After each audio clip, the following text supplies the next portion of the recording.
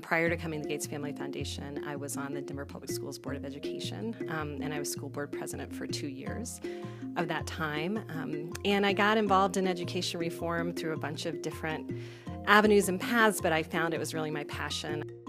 We had a very low-performing middle school. It was the lowest performing middle school in DPS, and it was in a community that was pretty integrated, but it was segregated by a single street, and so you had higher income families on one side and you had lower income families on the other. And even with low income families, the enrollment had been just dripping and it was not sustainable. But the higher income families had rejected the school for years, and they had choiced out either to other district schools in other parts of the city or private schools.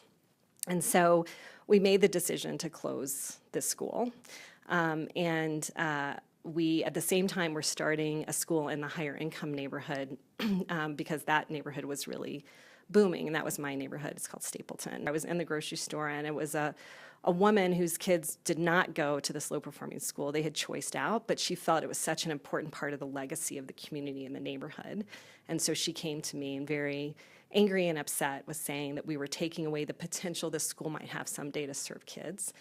And my feeling was then I listened, and I was, there's no point in arguing, and my kids are seriously standing there like with their heads just like buried. I have twins, and they were sort of buried, their heads were buried into my legs. But, you have to listen, and you have to take that kind of anger, and I came back to that woman like multiple times as we made decisions about that school and what we were going to do with it. And I'm really proud because that school went from the lowest performing middle school in the city with almost no enrollment to now the highest performing middle school with the biggest enrollment of any middle school in the city. And it's actually ranked high, almost high in the top 5 in the state in terms of performance and status. So we gave something to that community, I feel, and that's a decision that's just a no-brainer. She's never come and found me since and said, "Oh, I'm so sorry that I yelled at you," but that's okay. Like we did something really important, I think.